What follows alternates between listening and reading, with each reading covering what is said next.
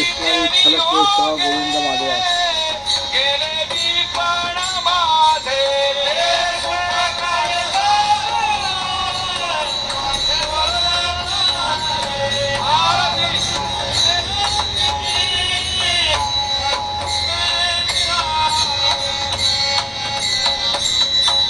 निवृत्ती महाराज सांगतात, निवृत्ती दादा सांगतात, बाबा रे समुद्राला वाढ देण्यापेक्षा थेंब होऊन समुद्रात जाऊन मिसळावं.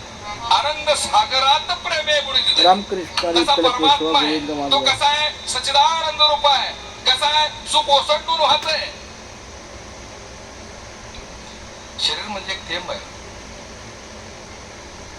त्या आनंदाच्या सागरात शरीराने या थेंबानं जाऊन उडी मारली, वेगळे पण करता येईल का? लवड जैसे पुन्हा जळाच्या बाहेर येत नाही खरी, त्यातून या त्या सारख्या तुम्ही जाणा साधू वृत्ती पुन्हा न मिळती माया जाळी. तसं त्याला प्राप्त करता करता ज्यावेळेला आम्ही थेंब होऊन मिसळू, त्याच्यात तोच होऊन राहू. मी नेहमी दृष्टा सांगत असतो, समुद्राच्या तळाला अनमोल मोती आहेत, अनमोल आहेत, मोलच करता येत नाही, पण ते आहेत कुठं? तळाला आहेत. माणसाला काय जाता येईना समुद्राच्या तळाला. खोल समुद्राचा तळ खोल असल्यामुळे माणसाला जाता येईना. मोती तर पाहिजे. मग शास्त्रज्ञांनी एक युक्ती लढवली. त्यांनी काय केलं माहितीये का? एक यंत्र मानव तयार केला. इंग्लिश मध्ये त्याला रोबो म्हणतात.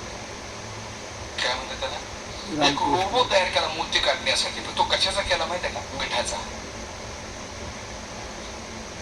रामकृष्ण हरी विठ्ठल केशव गोविंद माधवा. पाण्यात सोडला त्याला रामकृष्ण हरी विठ्ठल केशव गोविंद माधवा. तुडी घेऊन विचार केलं, परत काय आलंच नाही.